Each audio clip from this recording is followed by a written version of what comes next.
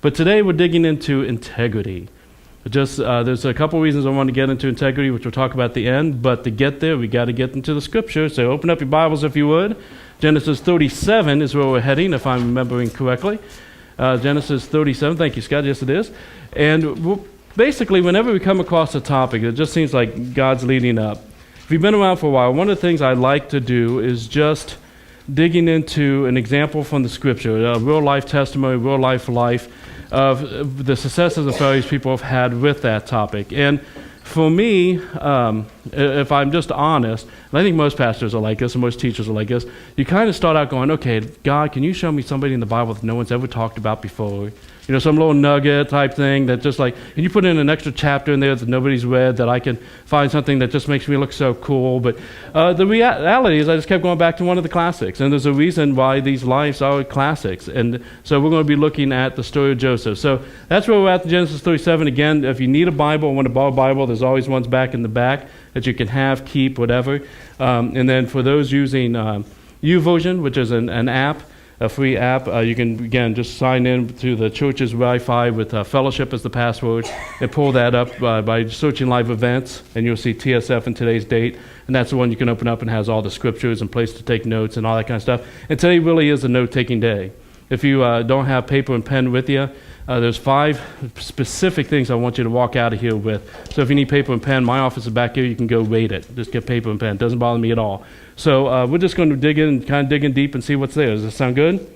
Everybody in? Okay. So we're looking at the story of Joseph here. And again, a lot of us are familiar with Joseph, anywhere from reading the Bible themselves to the kids' storybooks about him to the musical that you might have went and seen, whatever.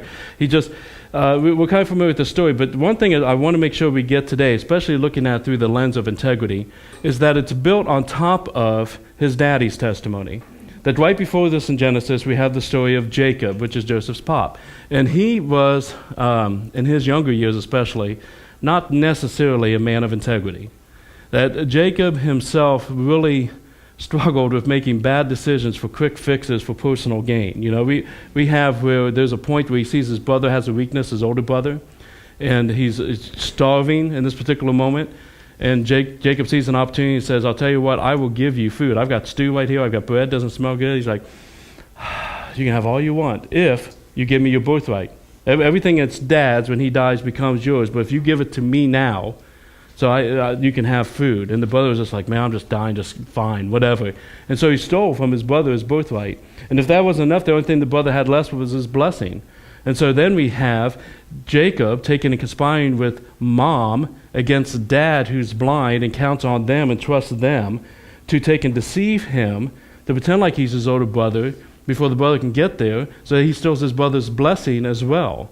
I mean, this guy's not exactly the best guy playing scruples. You know what I mean? Like, this guy is far from an integrity person. And it gets so bad to the point that he has to take off to save his life. Like, his brother's so angry, he has to leave, and he goes into exile. And God moves him through all kinds of different things that go on, and he wrestles with an angel, and all these things happen to the point that he comes back to God, and he becomes a person who's renamed Israel. That God renames him. That when we have that promise of Abraham, of God's people, and it's growing, all of a sudden now we have Israel named from this guy that was not a person of integrity. But whenever we take and humble ourselves before the Lord, we're going to go back out of the manger here for a second, and we are faithful to him, he is faithful to us, and we get to be part of his story. So he found redemption, he found a new life, he found a new name, and from that he was blessed to the point that he had 12 sons, who became the beginning of the 12 tribes of Israel. So we see that even if we didn't live in integrity before, if we humble ourselves before God, accept Jesus as leader and forgiver in our lives, by acknowledging with our mouth he's the Son of God, believing in our hearts he died and rose again, and following him, that we have a new life, new name, and we can live in integrity. But the main thing within this is that dad was not necessarily the best at it when he was a young man. And that takes us into the life of Joseph. Joseph, the second to the youngest son of Jacob. So let's start out in 37. And we're going to start out, just a couple words into verse 2 there, where it says, Joseph, being 17 years old, was pasturing the flock with his brothers. They were shepherds. He was a boy with the sons of 2 ladies I cannot pronounce, who happened to be his father's wives. And Joseph brought a bad report of them to their father. Now Israel loved Joseph more than any of his sons, because he was the son of his old age. and he made him a robe of many colors. But when his brothers saw that their father loved him more than all of his brothers, they hated him and could not speak peacefully to him. So just kind of getting us started with our cast of characters and our setting of everything that happened, again, in this real-life situation. We've got Joseph, who's a young man. And again, I'm convinced at this point in my life that there's not a single detail given to us in the Bible that's by accident, that there's a purpose for everything. So I got to wondering, as I was looking through this, why does it tell us he's 17? Well, I kind of remember what it's like to be 17. And no matter what every 17-year-old believes, their parents remember what it's like to be 17.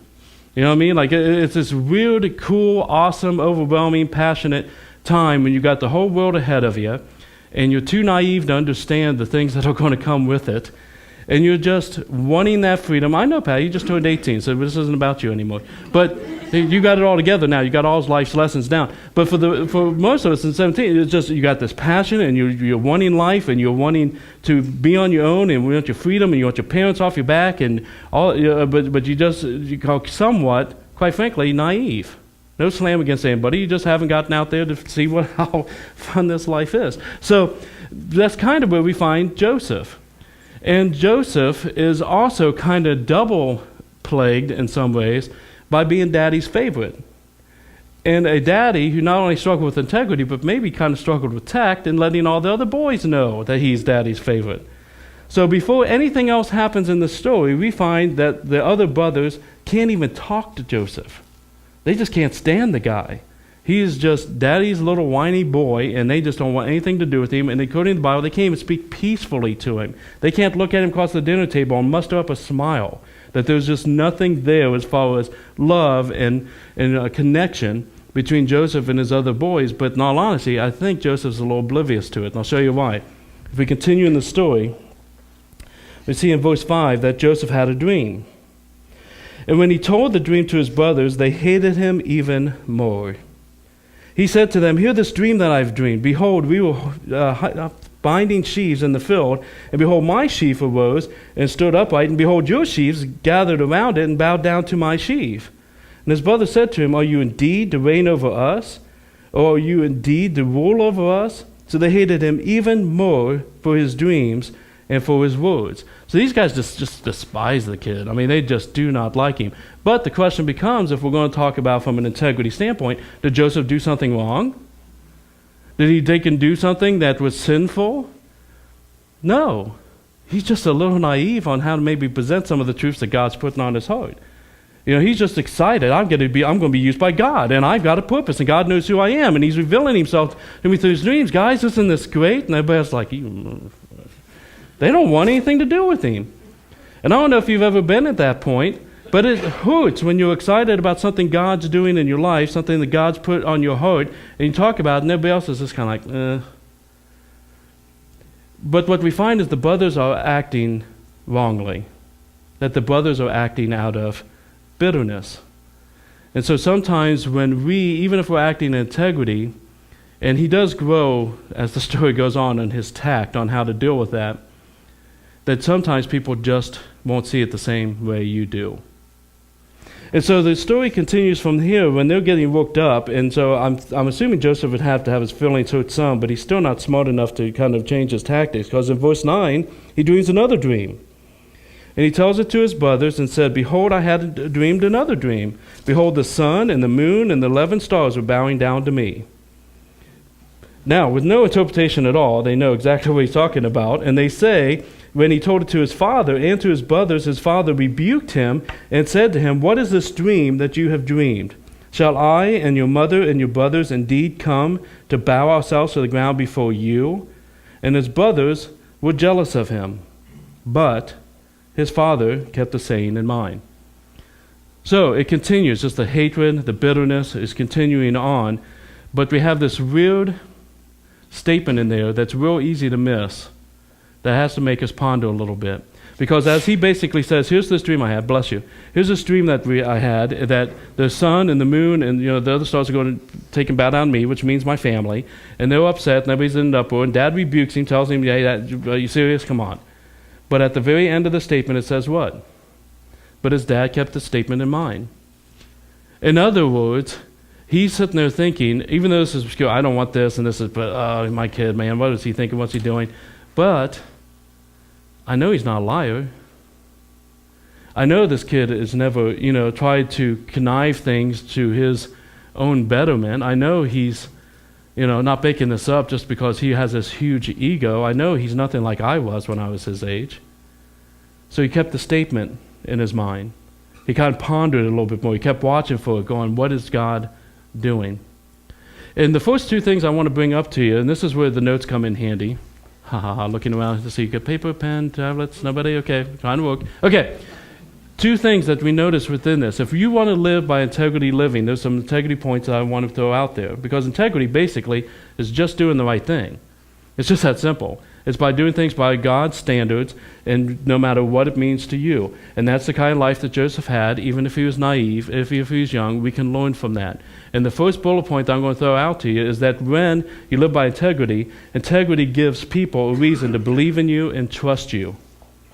That there was something about Joseph's life that he constantly lived by integrity, even at a young age, to the point that even though Dad didn't like the message, even though the message seemed bizarre, even though there was no way, shape, or form Joseph could prove that he had this dream, Dad said, I better keep an eye on this. There's something there. Integrity is one of those things, as far as people trusting you and believing in you, that is such a precious commodity. And it's actually, in a lot of cases, not all cases, because some of us have just been hurt, but a lot of times it's pretty easy to gain people's trust. But once you lose it, it's much harder to get it back. And if people fake integrity, I guarantee they will lose it, and it'll be hard to get it back. But if you truly are living by integrity, it's much more precious than cash. It's much more precious than some kind of status at work. It's much more precious than getting your way with your spouse or your kids or with a friend or somebody that you're dating. That integrity really matters. It gives people a reason to believe in you. But also, point number 2, right after that, is this. Integrity means that people without integrity will hurt you sometimes. That living by integrity means that people without integrity will hurt you sometimes. And this is what Joseph found, that his brothers and his father, quite frankly, were motivated by their own motives in this case scenario, not what is God doing. And that bitterness rose up, and I'm sure he had to be hurt by God's taking and saying, this is what I'm doing with you, son. And everybody else says, shut up. Shut up. And if you live by integrity, I'm telling you, you got to be ready to take some hits. Because what the enemy will do to keep you away from following the way that God calls us to live, by the things that we say and the things that we do and the choices that we make and the motivations that we have and the attitudes that we adopt, is take and have somebody hurt us with it, and then the enemy starts whispering in our ears going, well, why live by integrity? Nobody else is living by integrity. Look at these guys. They're not taking any, they don't care about what anybody else thinks, and look at the house they've got. Or look at the life they have. Or look how they're over there having a good time, and you're the one that's all caught up with the stress and the muck and the mire because you're trying to do the right thing. Tell me you haven't gone through it. We're not unwise to the way he works. This is just the way it is. Sometimes, if you're living by integrity, you're going to take a hit. And we need to know that up front, because a lot of times, and I'll tell you what, we need to teach our kids this up front, because a lot of times we get shocked when somebody hurts us with a lack of integrity. Joseph learned it the hard way. Some of us have learned it the hard way, but if we can catch it quick, it doesn't take away the pain, but it does lead us to some other things that we're going to talk about. So these bad responses come into play, and some things continue to happen. And as we continue their story through these integrities, we see that the brothers continue to grow more and more in their bitterness, and they continue to grow more and more in their hurtfulness. As we see within this story, that there's a time that they are out in the fields, and their brother is sent, Joseph is sent, to take care of them, to kind of go see what they need and take things to them. And as they see him coming from a distance, you guys, again, a lot of you guys know this story, see him from a distance, they go, here comes that dreamer. Here comes that kid, and they decide they're going to kill him. That's what bitterness has led them to. Bitterness is just evil. We talk about the fruit of love, and we talk about, the fruit of walking with Christ, but there's fruit to the ugliness too. And these guys had a root of bitterness that kind of grew up this shoot of anger that started producing fruit of things like wanting to kill him and just have him be gone. Right? I don't want anything to do with him. You know, we've had great seasons as a church, and we've had horrible seasons as a church. I mean, as far as just the tough things that you go through. And I know what it's like to take and be trying to follow the Lord and then sit down and have somebody come in and say, you need to be fired. You're a jerk. Things aren't going the way I want it to be. You're like, I thought we were friends. you know, there's moments where just the bitterness and rage can take us to some really funky places, especially if we let it grow. And they wanted to kill him, and one of his brothers was like, hey, I don't like the guy. I don't think I want to go that far. You know, and he's like, well, you know what? What gain is that? Let's take him. Let's beat the daylights out of him. Let's throw him in a hole. Let's teach him a lesson that way. And so they did. They beat the crap out of him. They threw him in a hole, and he's down in there. And Reuben's thinking in his head, well, that wasn't good for him, but at least we're not killing him. I can come back later, get him out of the hole, and get him back to Dad, and we can figure this out later. But in the meantime, while he's trying to figure all that out, they see these foreigners from Egypt taking and going through, these Midianites, and they take and pull him out and say, here, we'll just sell him. Man, we can get money. We get rid of him and we get cash. And they pull him over and they sell him into slavery, and he's gone. So when Reuben comes back and looks in the hole and Joseph is gone, he's broken heart. He's like, oh, what did you guys do? Well, we got a root of bitterness. We let that sucker shoot up in anger, and we sold him into slavery. And so they took that coat that Dad had given him, and they ripped it apart and dipped it in blood, took it back to Dad, and then they moved to lying. They said, Daddy's been killed by a lion, and Dad was crushed.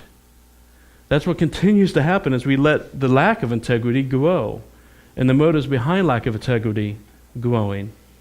And Joseph loses every part of the dream that he thinks, as far as his viewpoint, that happens, and he is rejected, and he is tossed to the side, and his family doesn't want anything to do with him. Have you ever been in that boat?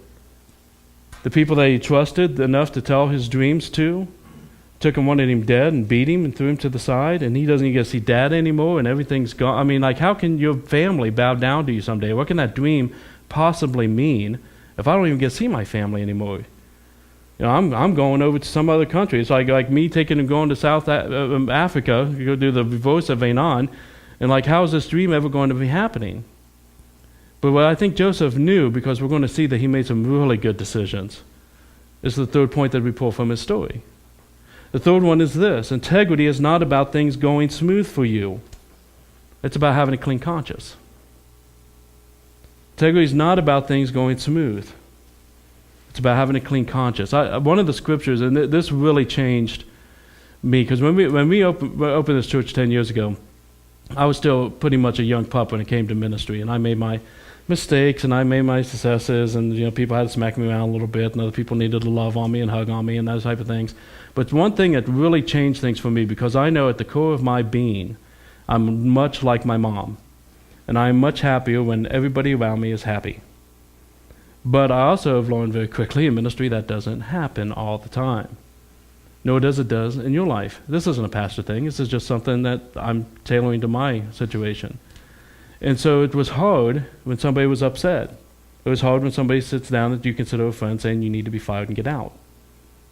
Especially when you find out that they were going to actually read that letter from the stage without anybody's knowledge.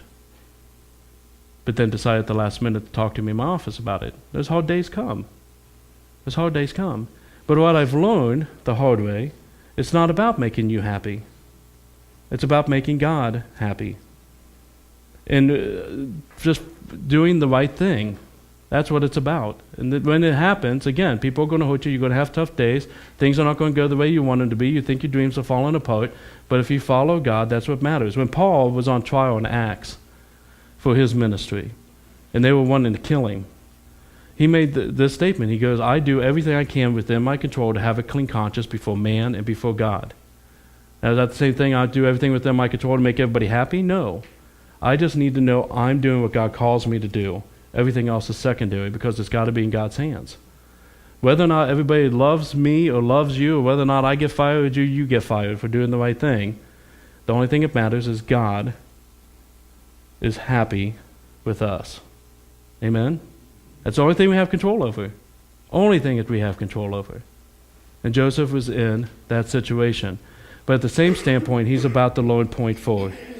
Point 4 is this: integrity won't always take you down the road you want for yourself, but it will take you down the road God has for you.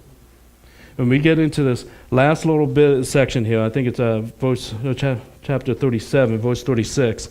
It says, meanwhile, while all this is going on with the brothers, The Midianites had sold Joseph in Egypt to Potiphar, an officer of Pharaoh, the captain of the guard. So while he's broken and rejected and everything has changed on him, God has used this incredibly tough situation to put him right where he wants him to be.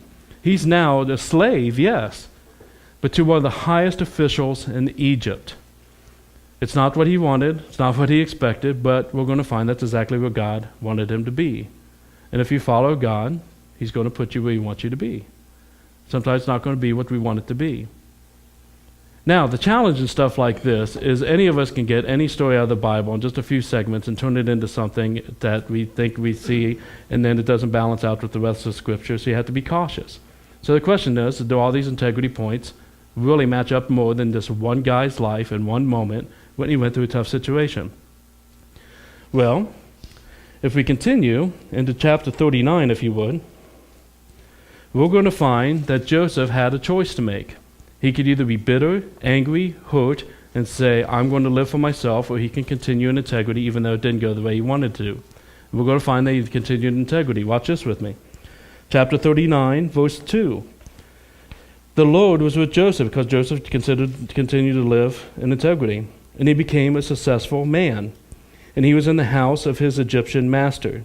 His master saw that the Lord was with him, and that the Lord caused all that he did to succeed in his hands. So Joseph found favor in the sight and attended him, and he made him an overseer of his house, and put him in charge of all that he had. From that time that he made him overseer in his house, and over all that he had, the Lord blessed the Egyptian's house for Joseph's sake. The blessing of the Lord was on all that he had in house and in field. So he left all they had in Joseph's charge, and because of him he had no concern about anything except for what to have for lunch. That'd be awesome. That's your only concern in life. Like, no, pizza, be pretty nice, wouldn't it? Because you found a man who lived in integrity. And because when you live in integrity, if we go back to point 1, if you live in integrity, people have a reason to believe in you and trust in you. And so this guy took him from being slave to being in charge of everything in his house, this high-ranking official within his house. Now, unfortunately, things didn't go well, did they? Because we know that he's in charge of everything, he's got life, everything's together, he's in charge, everything's great, everything's going as good as it can when you're a slave. But Potiphar's wife decided he looks pretty good. And she decided she wanted to have intimacy with him. So she kept on trying to seduce him, trying to bother him, everything else. And he kept on like, nope, you know what, there's only one thing my master's kept for me, and it's you, and I want nothing to do with it. And it got to the point that one day that she's like grabbing him and trying to drag him into bed, and the only way he can get out of it is throw off his outer cloak and bolt. And I'm telling you what, if you're an integrity person, sometimes you just need to bolt. You know, when a temptation's there or a tough situation's there, the faster you can lean into integrity, the faster you're stuck with it. Let me put it this way. If you have a situation in front of you, and somebody says, you know, if I'm going through a tough time, and I don't know how it's going to work out. And God, in that moment, putting on your heart, you know, you can't take care of everything for everybody, but in this situation, I'm bringing this to your gate. This is something I want you to help with. And you're thinking, I mean, and all this happens in a second, doesn't it? So you're thinking, okay, but, you know, we're going on vacation next month. And, you know, we've been saving up money for vacation, so how am I supposed to do all this? And what the enemy's doing within that second, that feels like an hour and a half, is trying to get you to the point of just saying, I'm not going to say anything, and maybe God will put it on my heart again. And if not, then I'll just keep that money for vacation. You know, that's kind of the way we think, isn't it? But if you really want to live integrity, the first thing you can do before you think about it is just go, maybe I can help you with that. Oh, crap, now I'm stuck helping them. But you got it out there. You know what I mean? You went right into it. You're like, I put it out there. Now I don't know what that looks like, but I'm going to be part of that.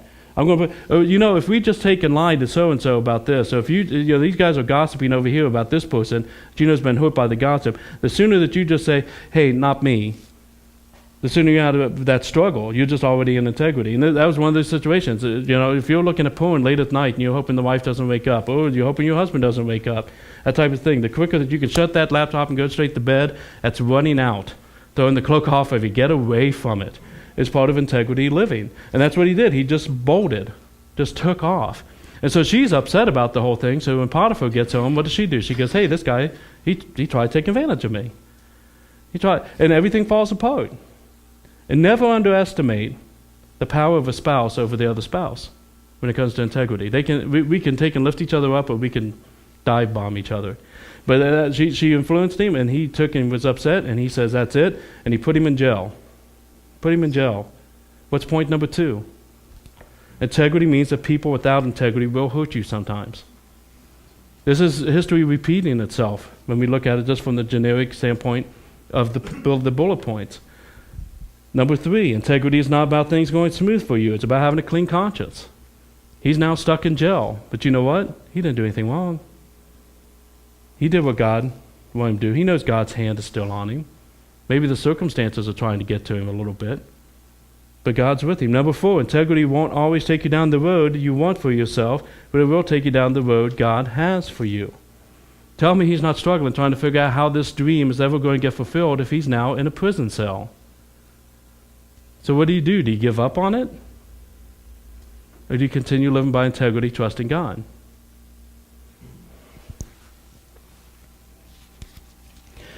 Look in chapter 39, if you would.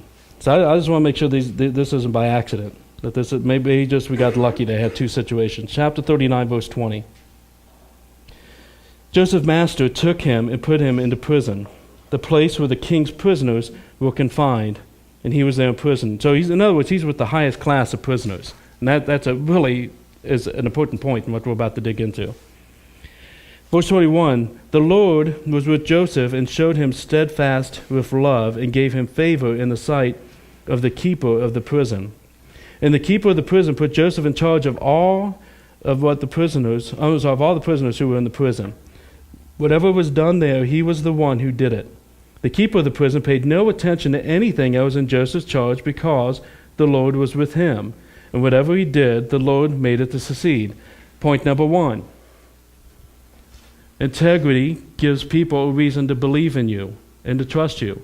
Once again, whatever situation he's in, he's getting to be the top man as far as you can go in that situation you have. The people trust him. He's a man of integrity. Well, wait a minute. He was trying to take and have affair and molest basically the top guy's wife underneath, like the top guard guy's wife. But everybody trusted him. You know, most of you guys know, when I was in my early 20s, I got arrested for stealing money from a place I worked at. Completely my fault, completely me messing up. It takes a while to build up that trust. It takes a while, once God gets a hold of you and says, you're being an idiot, lay down so you look up. Okay, everything falls apart, you look up. To regain that trust again, it takes a little bit of proof. You know? And so obviously this guy's living by integrity for them to take and say, I can trust him. This convict, I can trust. And they put him in charge of everything. Within this, he has 2 guys come to him. One's a cupbearer and one's is the chief cook for the king. And that might not sound like that big of a deal. Like usually if we watch like Snow White or whatnot, these are like the peasant people in the background. But if you're the cupbearer and the chief baker, it's 2 of the biggest roles in a kingdom as far as working with the king. It's almost like the original Secret Service, because if you were going to kill a king who hardly ever came out of the palace, the usual way was to get him poisoned. And so if you're the cupbearer and you're the chief baker, you have to be pretty darn trustworthy because they believe that you won't poison the king. I mean, sometimes if they have a little bit of caution, they might make you drink the drink first or eat the food first to make sure it's not poisoned. But besides that, they pretty much trust you. And I don't know what these 2 guys did, but they messed up and they find themselves in jail. And since they're top prisoners, just like Joseph is a top prisoner, they're all around each other, hanging out with each other. And both these guys have dreams. Okay, that's a long story made into a short.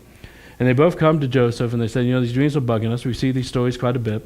And we wonder what they mean. And Joseph's like, you know, let me pray about it, like see what God reveals to me. And with the cupbearer, Joseph comes back to him and says, you know, God revealed my dreams. With the cupbearer, he said, in 3 days, what God is saying is you're going to be forgiven for the crime that you did. And you're going to be fully restored to your role. And the chief baker, his dream sounds pretty similar to the first one. And he's like, can I tell you my dream? He's like, yeah, let me tell you my dream. Because he's like thinking, maybe me too, right? And he tells him the dream, and Joseph goes, well, not so much. Your dream says that in 3 days you'll be executed. And in the midst of this, he goes back to the cupbearer. He goes, can I just ask you one favor?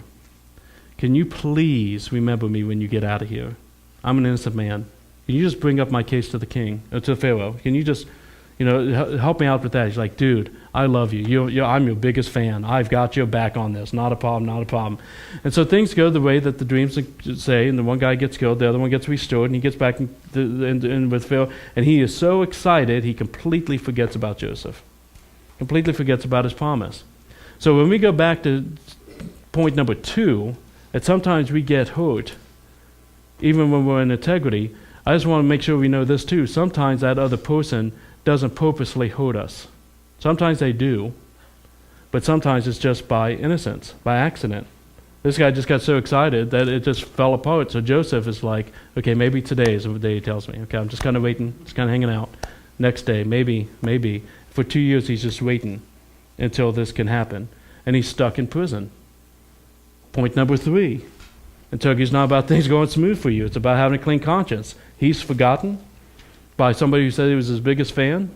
He's still stuck in jail. And number 4, integrity won't always take you down the road you want for yourself, but he's where God wants him to be. Because God has a moment coming in those 2 years that he needs Joseph right where he's at. Is it worth waiting for God for 2 years, 5 years, 10 years, for him to get you where he has you going?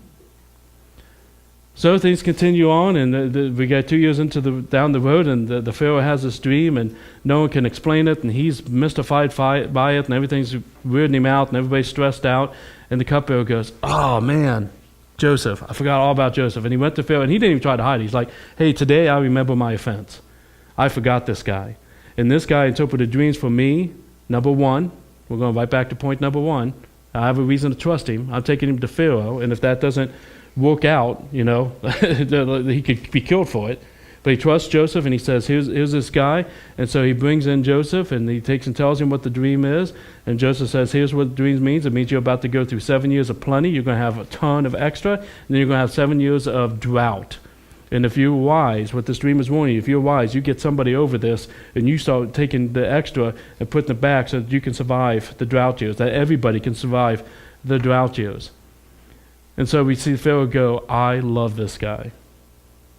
And when we get to point number 2, we find that something's changed.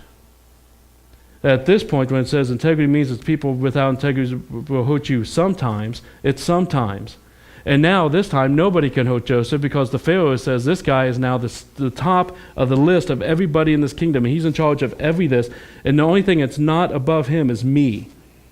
So basically, none of you can take and hurt him and have power with him because then you're dealing with me. And I've said it, and this is beyond being contested. So now all of a sudden, he's at this place where things change. And when we look at number 3, integrity is not about the things going smooth for you. It's about having a clean conscience. He has a clean conscience, and things are going pretty darn good. Right? All of a sudden, things start to click, and all of a sudden, all the things start taking and making place. And when we go to number 4, that integrity won't always take you down the road you want for yourself, but it will take you down the road God has for you. We have a guy being put into a place of authority that is the very place that God had in mind when he gave him dreams when he was 17, that he was going to have great authority. And as we watch the story continue, guess who comes to him in the time of drought? Guess who comes and says, can you save us? Can you be with us? They didn't even recognize him, but his brothers come and fall on their knees in front of him and say, we need help. You bring your father with you, and then we'll talk. They bring dad with you. And then he takes and reveals himself for who he is, as they're all kneeling in front of mom, dad, all the brothers. And he's able to reconcile his family. By his power, by their power, he had kicked him out. They destroyed it. By his power, he's able to reconcile his family.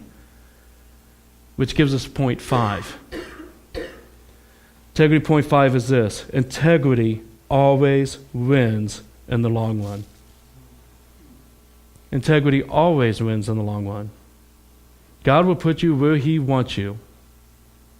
It might not always be the circumstances you want. In free will, you have it and I have it, and the people that we deal with have it, and a lot of people will not choose to take and follow God. But if you follow God, he's got your back, and he's got you in his hands, and you are covered. He is mindful of you, he's concerned for you, he loves you. And as much as you put you into his hands, the more room he has to work, to guide this path that you're on, to bring it to where he desires it to be. To bring it to a place that he makes glory for his name through that circumstance. And the reason I want to talk about integrity is twofold. And one I'll get to here in a moment, but the other one is the one I really want to focus in on. But for some of us, we really need this message today because some of us are living in integrity. Some of us are faking integrity. And I'm telling you, that will fall apart. But some of us are living in integrity, and we're struggling because of it. And we're hurt because of it. And we don't quite know what tomorrow brings. And we don't know how it's going to work out. But what integrity does is, again, lets God move. And so God has that situation, and God has that under control. You just stick close to Him. And some of us are feeling like we want to give up. And we need to take heart today off of Joseph's story, that time after time after time, God works through integrity, through our free will. But some of us need to hear it because we're not living in integrity. We might be good people, but maybe we're not living in integrity. And maybe something in our job is not right, or maybe something in our marriage is not right, or maybe something in our school is not right, or maybe we're just talking about God all day long, and then on our Facebook we put a bunch of crap that has nothing to do with God that He does not want. And we're so inconsistent that nobody has a reason to believe. And we need to be reminded today that these points that God, if we want to follow God, if we want to be used by God, we have to follow Him fully. And we have to follow Him fully. Some of us want to give up because we've been abandoned by family. We've been abandoned by employers that we thought that we were doing good with, that we were abandoned by people who were our biggest fans, and then when we didn't serve their purposes anymore, we were forgotten. And we just need to hold on. Integrity is, I'm telling you, the spine of our life. Right after love the Lord your God with all your heart, mind, and soul, and love others as God has loved you, I'm telling you, integrity is huge. So we're not people of integrity. We undercut everything God's trying to do.